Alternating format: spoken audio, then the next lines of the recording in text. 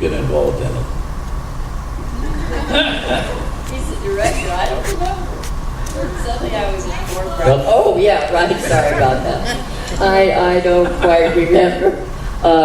But it was up in Fort Bragg, California, which looks so much like the waves and the rocks in New England. Right? So, but it was up in Fort Bragg, and the wonderful thing about Norman, our director, Norman Jewison, he invited the whole town to come to the rushes, the dailies. And there was only one law. You could come as a family, you can bring your children, but no dogs. So we would see them in this little tiny theater. As a result, the people in the town felt so much a part of the filming of The Russians Are Coming. We knew them all as we'd walk down the street. They knew us, and it was such a sweet idea to include them. Well, William Rose, when he wrote the screenplay, said to me, "Everyone is crazy in this movie. Everyone is really nuts." He said, "There's only one person that's intelligent, that sees the dangers, that is smarter than anybody else, and that's Carl Reiner's wife." And and he said, "Now, who do we know that can play this role? That she's just going to sit there, and when it comes time, she's going to say the most intelligent, logical thing." And I said, "Well, it's Eva Marie Saint." He said, "Well, we'll never get her, but let's pattern this part after Eva Marie Saint." So actually, we were writing for you before you were cast. Well, I never heard that story. And I love that story. So anyway, I was lucky enough to get Eva Marie Saint. And I was lucky enough to work with Norman Jewison.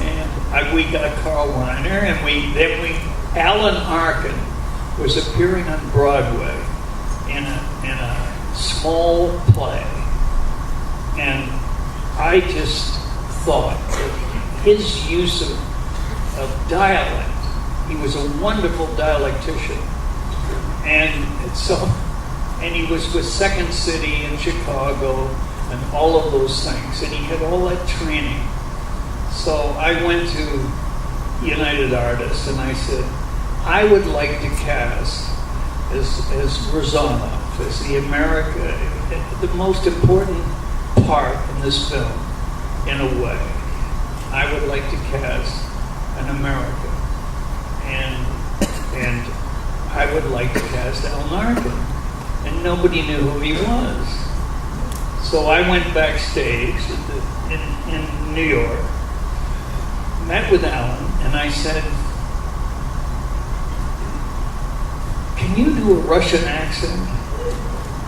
He said, "Of course, I can do a Russian accent."